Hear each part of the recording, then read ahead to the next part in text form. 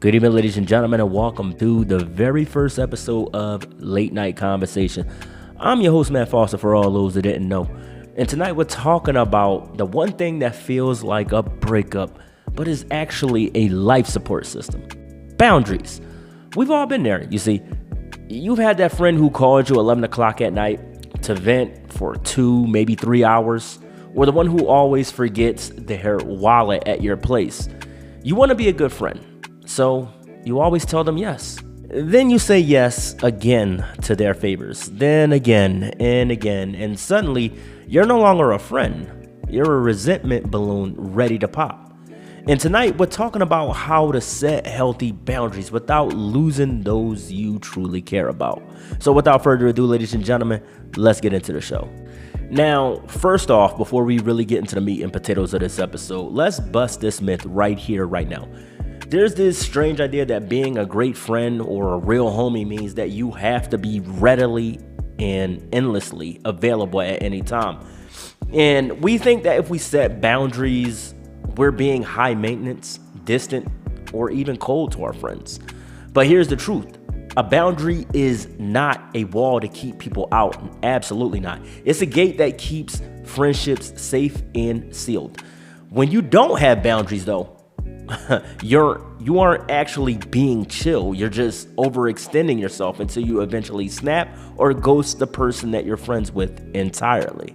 And what's good is setting a limit or a boundary is actually an act of self-respect. It's saying that I want to keep you in my life as my friend or my homie, but I need to make sure that this dynamic works out for the both of us.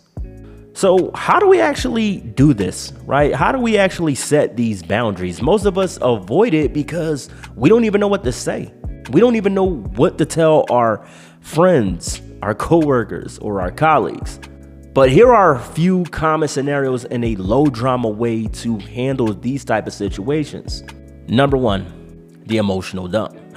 A friend calls you to vent when you're exhausted, tired, relaxing in bed, right? Here's what you can tell them. I really want to support you. I really want to be there for you, but I don't have the mental capacity. I'm exhausted. It's been a really long day. Had a lot riding on my shoulders today.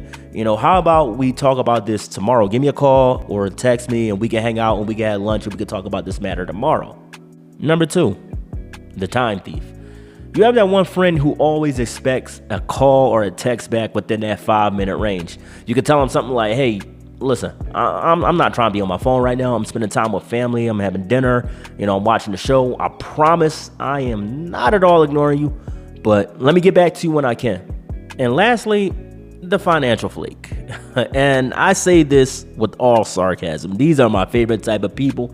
They always want to go somewhere expensive, whether it's a dinner, traveling, go out shopping, all on someone else's dime. And here's what you got to tell them. Look, I love hanging out and all, but right now I really can't afford that. I'm trying to save my money for future expenses. So how about instead of going to this place or that place, how about we go to a coffee shop, or let's go to a McDonald's or Burger King, grab a quick bite to eat and have a movie at my place, and we can chill out and hang out over there. Now, in this part of the episode, I'm going to give a slight warning.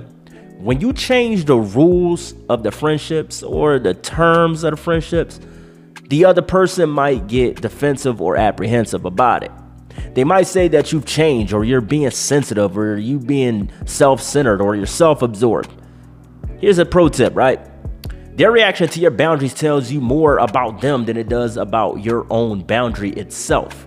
If they love you, if they respect you, if they cool with you, they might be hurt initially, but they will eventually respect your limit or your boundary. If they consistently guilt trip you, right? If they consistently try to guilt trip you for having a boundary set, that's a red flag. You shouldn't ignore that, and you should cut those friends out of your life and go find some more friends who will respect those limits or those boundaries. Now, setting boundaries is like stretching a new muscle, right?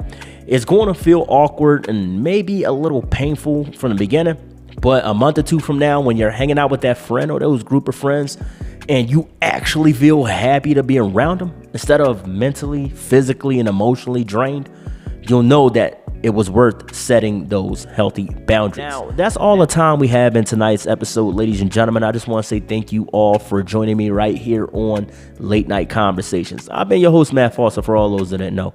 And I just want to say thank you all for listening. Go forward, protect your peace, protect your joy, and protect your finances, and set those healthy boundaries in your life tonight. Before I end tonight's episode, I want to ask you a question. Should I talk about this topic in an upcoming episode or in the next episode? Let me know in the comments below. Anyway, I want to say thank you all for listening. I love you guys. Put Lord Jesus Christ first. God bless y'all. Thank y'all for spending time with me tonight on Late Night Conversations. Good night. God bless. Peace.